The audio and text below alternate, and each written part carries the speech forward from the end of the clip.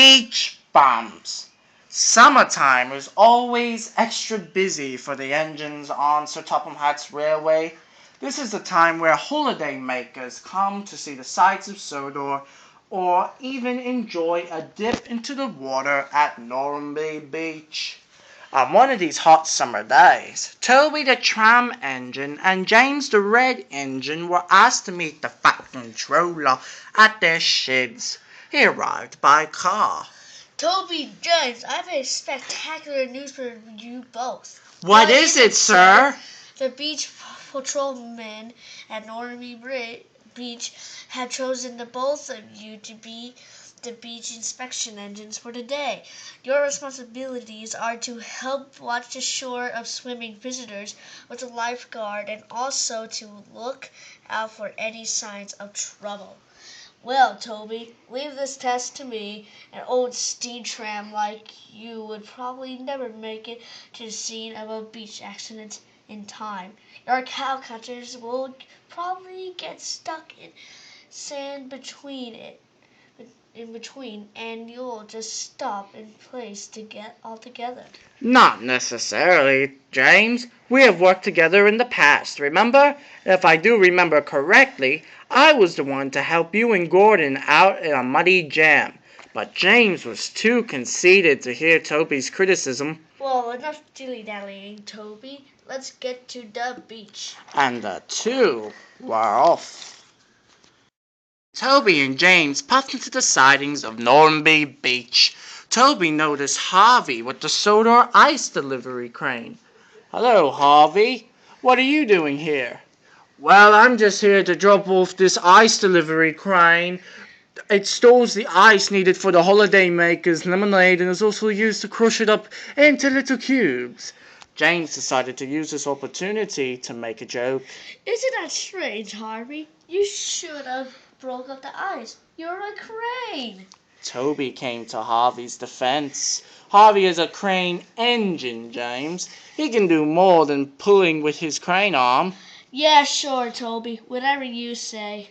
And James rolled his eyes and poofed away. Harvey, on the other hand, appeared quite sad. Don't take James seriously, Harvey. You are very important to our railway. Time and time again, you prove to us how your strength can save the day. Well, I have to patrol.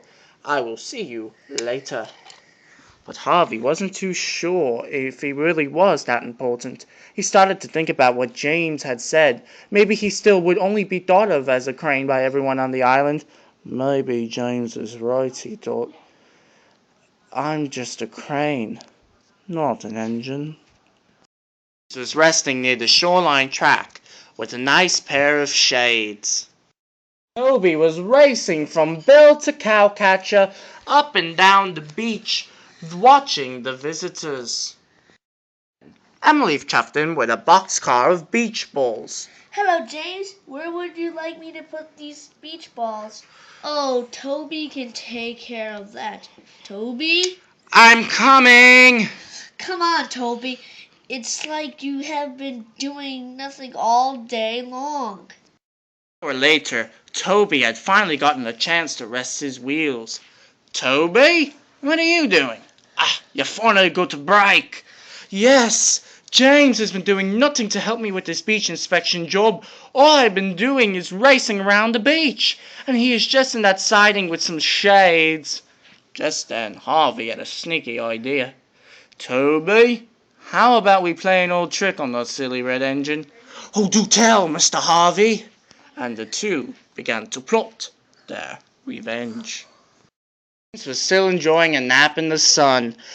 This is the life, he mumbled to himself.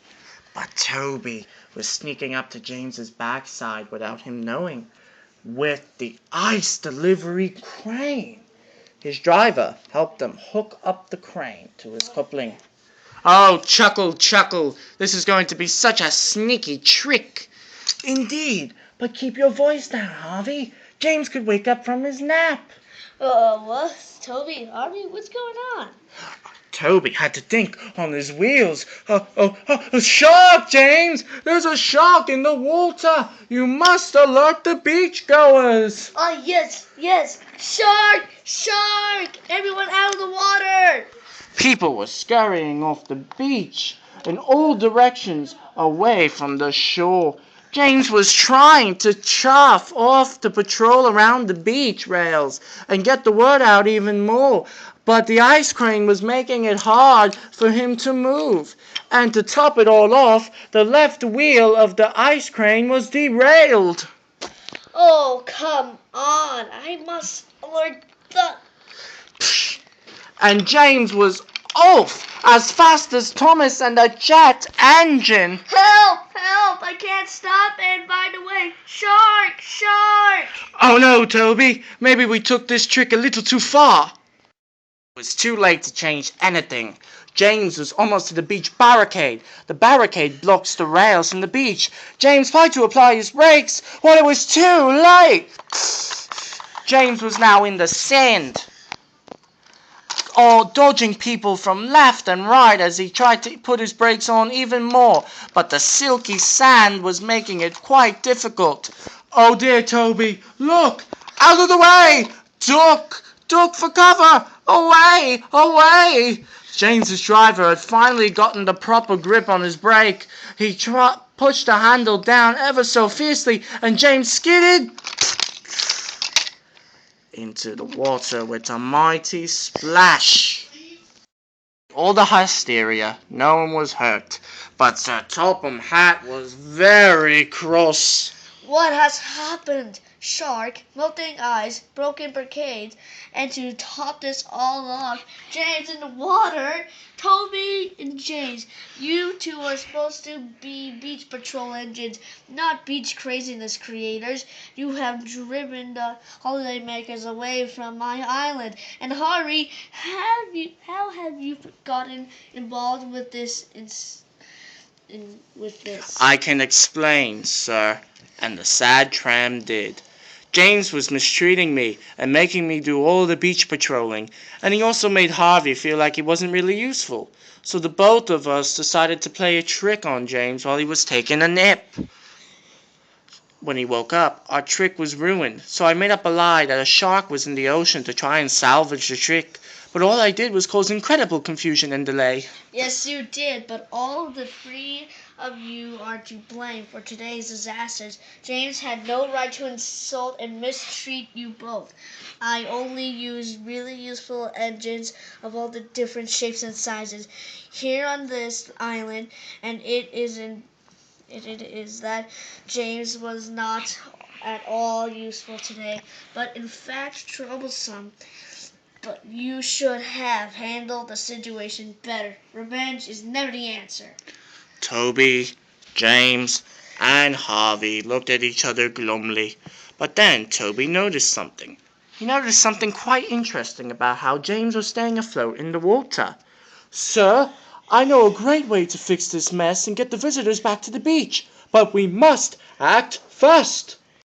Nick of time before dusk hit Sodor, visitors were back on Norramby Beach. Children were climbing in and out of James, who had now become their own big water toy, and Harvey was able to rush and retrieve more ice for the ice crane to be used to fill up glasses of freshly squeezed lemonade for the guests. I must say, Toby, this was a super idea.